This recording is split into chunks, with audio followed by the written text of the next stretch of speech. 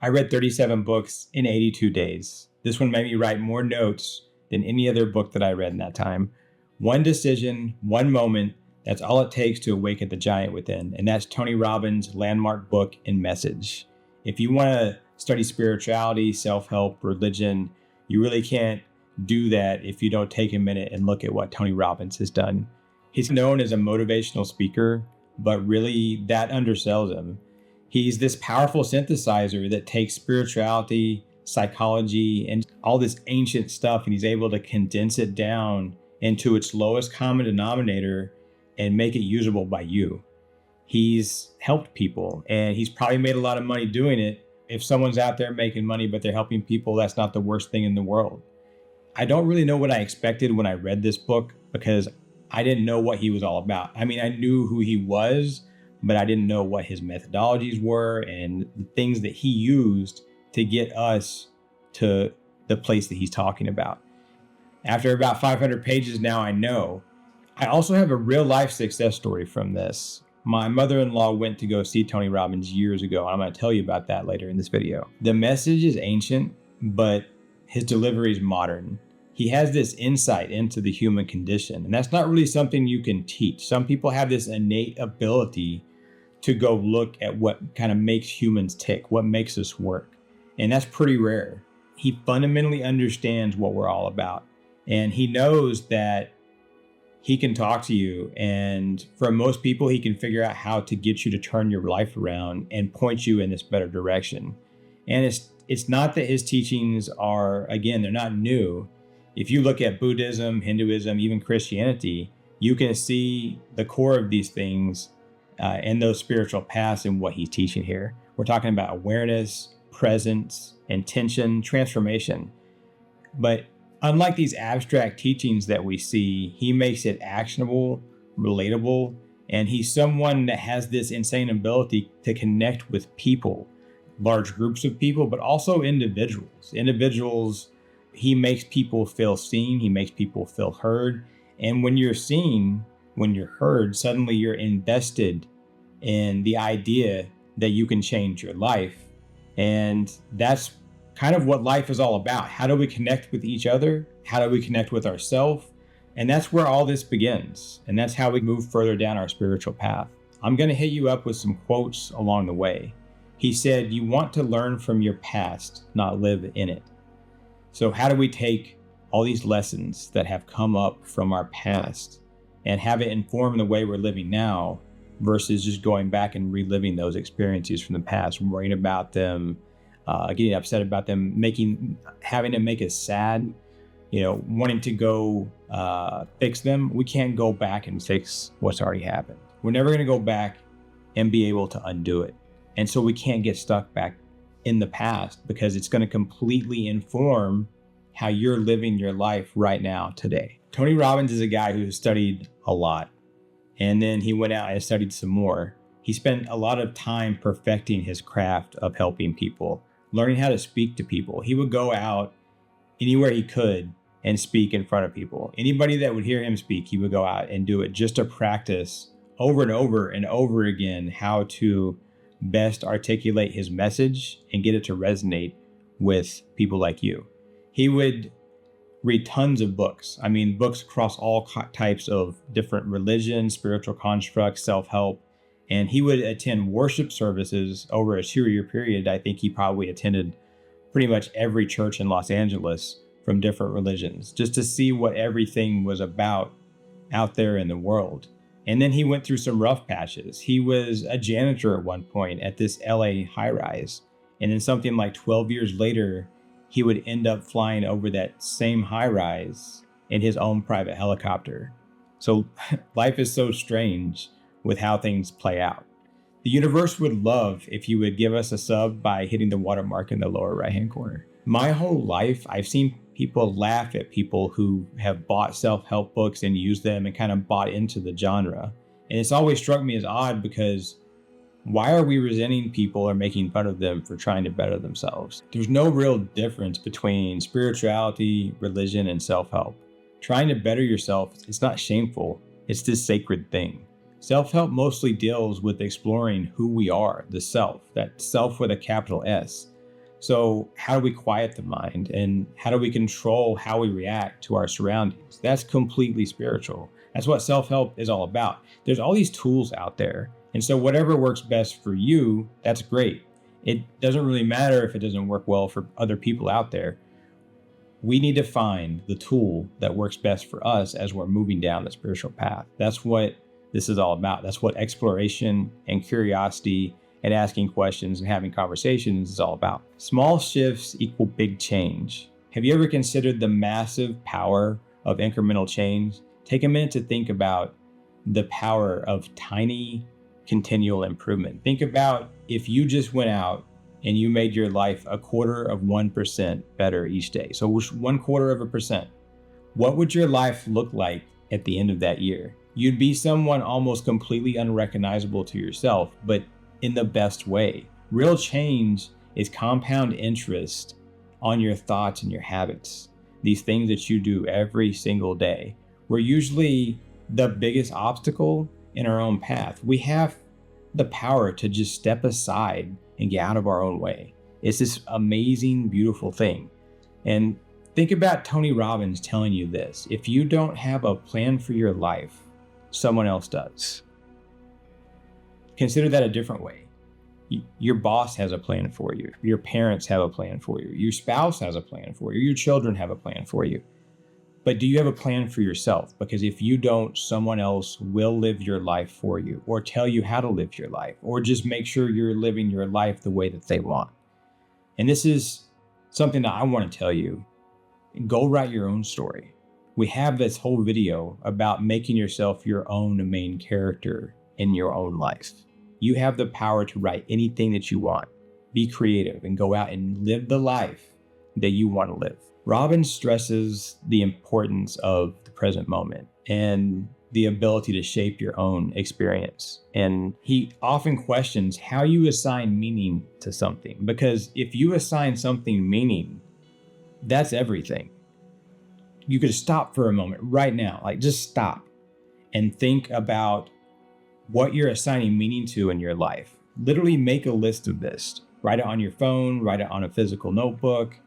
Just do it. Just write it down and then go over the list. Are the things that you're assigning meaning to, are they positive? Are they negative? Are they just neutral?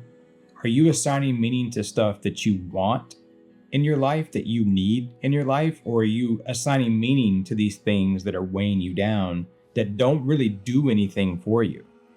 And if you aren't present, then what you're assigning meaning to doesn't matter as much. If you're living your life in the past, or you're thinking about the future all the time, you're not living today, right here in the present moment, right now, and you're going to stall out. So build your own life with intention and awareness. If you're intentional and aware about the things that you're doing every day in your life, it's going to be so much better. Robbins has a mantra that says, decide and then act. He says, it's in your moment of decision that your destiny is shaped. So what decisions are you making?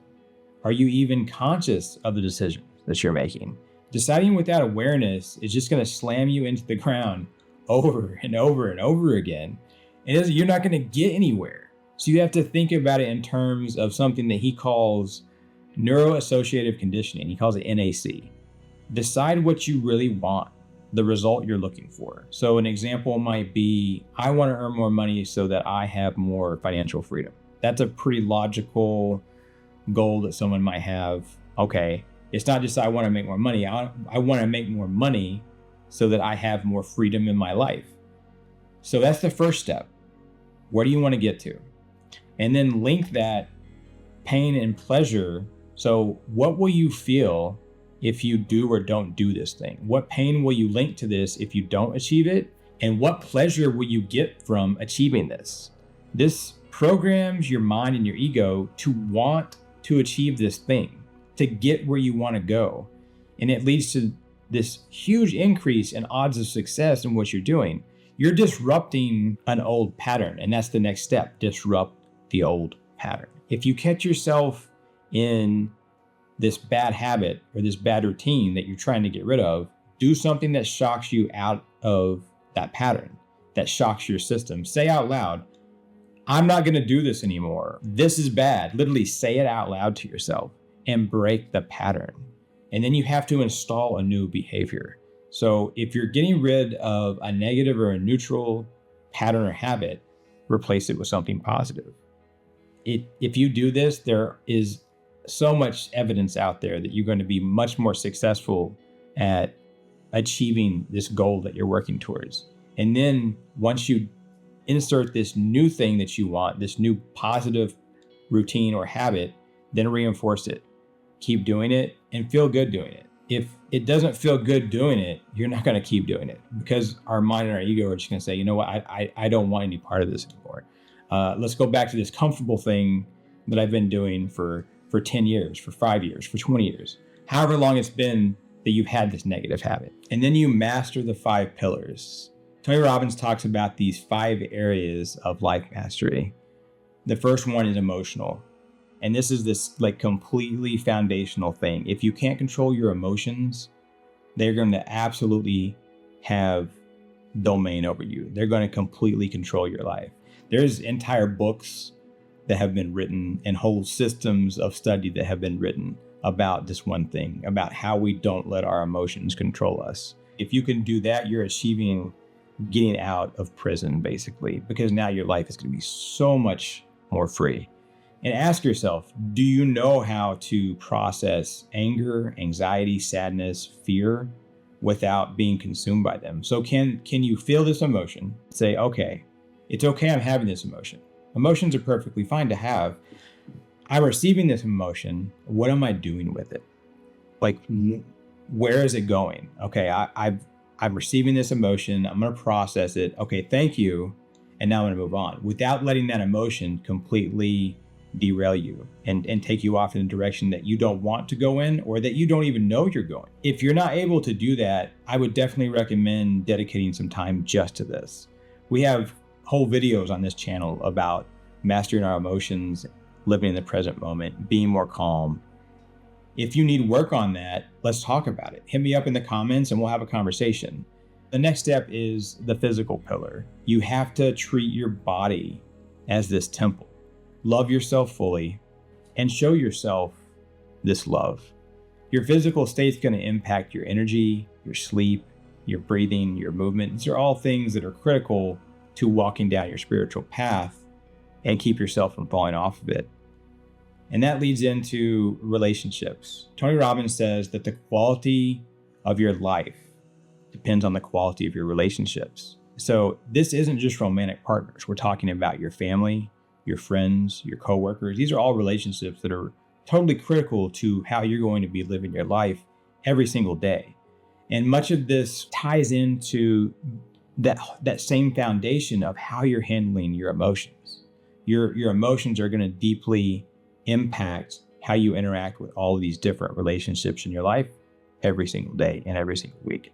The next one is financial. And this pillar is important because money doesn't buy happiness. We know that. But financial security often for people does equal peace of mind. And so financial security isn't something that's just going to magically happen for you.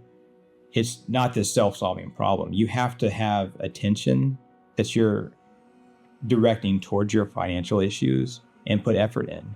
And if you give it that, it's going to increase the freedom that you have in your life. You're going to stop worrying about money as much because you're intentionally going after these core things that might cause you problems. Okay, I can't pay bills, or I'm worried about making this car payment, or whatever it is. So if you intentionally direct your awareness towards this, you're going to really increase the quality and your peace of mind. The next thing is time. Don't let time own you, because you need to own the moment before the moment owns you. Time's not a commodity that we can ever get back. Once it's gone forever. So focus on what matters most. It's not necessarily what's urgent. It's what really matters to you. And again, go back to thinking, what does matter to me? You can also eliminate distractions that drain your life force. This one moment right now, that's all you're ever going to have. Consider your identity, your beliefs, your inner self. Who are you and what do you believe? Robbins says that most people are never conscious of who they decide they are. Identity is not this static thing. You can break free from these labels, these limiting beliefs that you have for yourself. What's your higher purpose in life? Your dharma. It's probably unique to each of us, something that you're meant for in this world. So get to know yourself and understand what your passion is. Then ask yourself, what am I going to do to meet my passion every single day? What are you going to do to live your purpose? And you absolutely won't regret doing this. This is a true path to freedom. Consider the power of what Tony Robbins discusses as transformational vocabulary. Change your words, change your life. There was an Army captain I worked with when I was in Kandahar. He was a liaison officer that was assigned from an Army unit, and he basically lived with us. He was always in my office, and he used to tell me, John, words mean things. He would say it all the time, words mean things. And it's true. Words are these things that can change our life. So think about the words that you're using for yourself, that you're assigning to yourself, and think about the words you're using with others, because it's power. It's power for yourself, and it also really impacts how people are going to interact with you and how you're going to be interacting with people. Try to use your emotions as feedback, not as this dictator for how you're going to respond to things. When an emotion arrives, think, what else could this mean? Maybe the emotion isn't what you think it is. Maybe it's just a signal trying to help you out. He talks about the Niagara syndrome, and basically imagine that you're floating along unconsciously, and then suddenly you realize, I'm 5 feet away from this waterfall. And now you're freaking out. You got to ask yourself, how did I get 5 feet from this waterfall without knowing? Because sometimes we just float around in life downstream and we're not conscious of what we're doing. So think about how you got there. What put you on this path? He says that goals aren't the end. It's just the engine of evolution for us. So ask yourself, what kind of person do you want to become and what do you want to achieve? My mother-in-law went to this Tony Robbins workshop decades ago, and he asked her to write down this concrete goal, something super concrete that she absolutely wanted to achieve. She was a teacher, and she said that she wanted to make this very specific amount of money each year. And she actually wrote that down and said, this is the amount of money I want to make. And at the time, this was way more money than she ever thought that she would ever make. And she followed his methodology. And not only did my mother-in-law end up making that amount of money, she was responsible for leading the collective bargaining for the teachers in that school district. And she ended up making sure that every single other teacher that she worked with also made the same amount of money. And her goal was realized. She was someone who willed into existence this goal. She achieved it using Tony Robbins' method. It's proof that if you believe in yourself and you take aligned actions, you will change your life. Robbins doesn't offer some novelty. He offers this activation in your life. This isn't about being rich. It's about being awake. And if you could just reflect on what all this means to you, ask yourself, are you in charge of your own life? Are you writing your own main story? Tell me in the comments what you're thinking about. Where are you today? Tell me what you think about how Tony Robbins' methodology could help you out. What would you do with it? Where would you go? If you could do anything in your life right now, what would you do? Write that down and tell me how you think you'd get there using this methodology. And the conversation doesn't have to end here. We're part of a great community at keyshar.org. Check us out. Please take a minute to like this video, and we'll keep making content just like this. And until next time, I wish you peace on your journey.